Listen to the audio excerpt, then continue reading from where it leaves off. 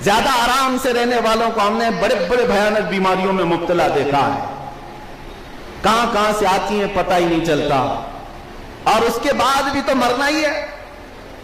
سارے دروازے بند رکھو، ساری کھڑکیاں بند رکھو، پورے جسم کو سینیٹائزر کر لو، ماسک بھی پہن لو، لیکن کوئی ماسک، کوئی سینیٹائزر، کوئی کھڑکی کا دروازہ ملک الموت کو نہیں روک سکتا۔ اتنی بات طے ہے، سب کو پتا ہے، ملک الموت کو کھڑکی اور دروازہ کھول کے آنے کی ضرورت نہیں پیش آتی۔ میرے عزیزوں، ماں کے پیٹ میں جو بچے زندہ ہیں، 9 مہینے سے پہلے اگر ان کے دنیا میں آنا نہ لکھا گیا ہو، ملک الموت پیٹ کے اندر سے بھی بچے کی روح نکالتے ہیں۔ کیا مرے ہوئے بچے نہیں پیدا ہوتے؟ اگر اس بچے کو دنیا میں زندہ رہنا نہ لکھا گیا ہو، وہ ماں کے پیٹ کے اندر سے بھی روح کو قبض کرتے ہیں۔ یہ تو کوئی مسئلہ نہیں، لیکن اب میں یہ بات عرض کر رہا ہوں، جب مرنا ہی ہے تو ایڑیاں رگڑ رگڑ کر کے مرنے سے تو بہتر ہے کہ اللہ اس کے رسول کا نام بلند کر کے دنیا سے جائے، اور تمنا یہ کیوں نہ رکھیں کہ اللہ تعالی ہمیں شہادت کی موت عطا فرمائے، شہادت کی موت عطا فرمائے۔ صحابہ کی قربانیاں، میرے آقا صلی اللہ تعالی علیہ وسلم کے عظیم جانثاروں کی قربانی، اس پر مزید ایک بہت بڑی قربانی کا میں ذکر کروں آپ کو، اللہ کے نبی صلی اللہ علیہ وسلم۔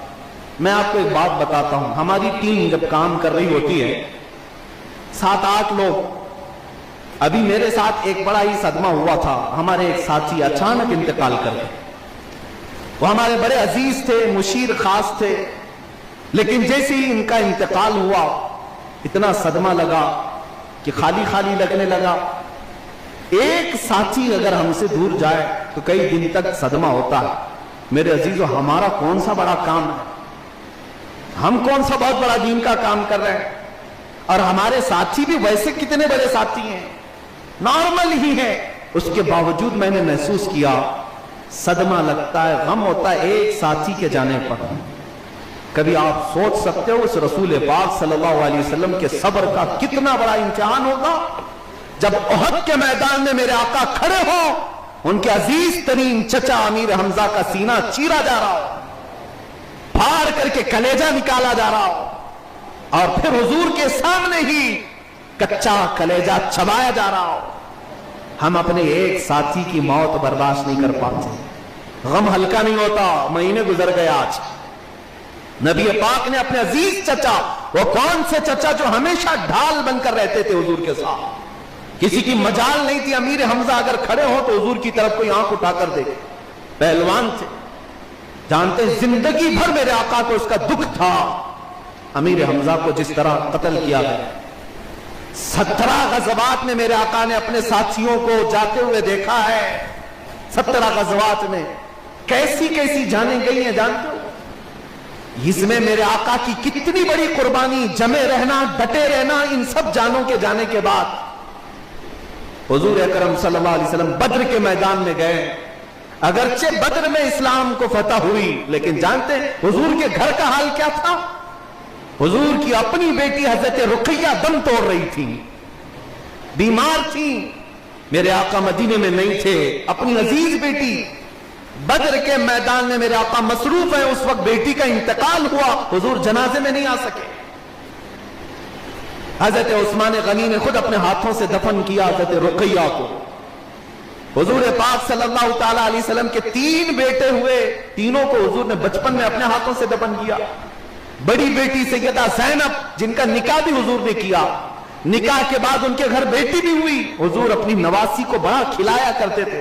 حضرت امامہ، اس بچی کو لے کر میرے آقا اکثر مسجد نبوی میں آتے، نمازیں پڑھاتے۔ اس سیدہ زینب کو حضور اکرم صلی اللہ علیہ وسلم کے سامنے ہی موت آئی، حضور نے ان کا بھی جنازہ پڑھایا اور دفن کیا۔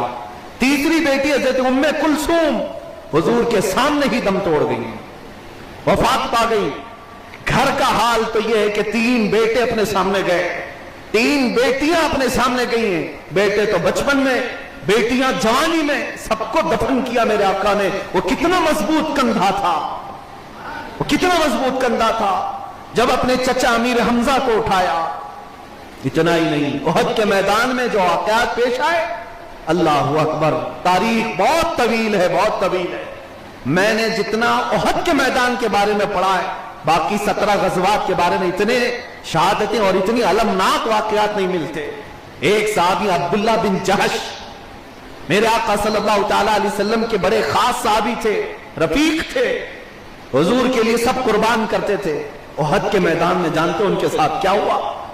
کافروں نے ان کو پتھروں سے مارا تھا، اور جب وہ شہید ہوئے تو ان کے ہاتھ پیر سب کاٹے گئے، ناک کان ہونٹ سب کاٹے گئے، اتنے اتنے ٹکڑے کیے گئے، اور کافروں نے حضرت عبداللہ بن جہش کے جسم کے ٹکڑوں کو ایک دھاگے میں پرو کر ہار بنا کر پہن لیا تھا۔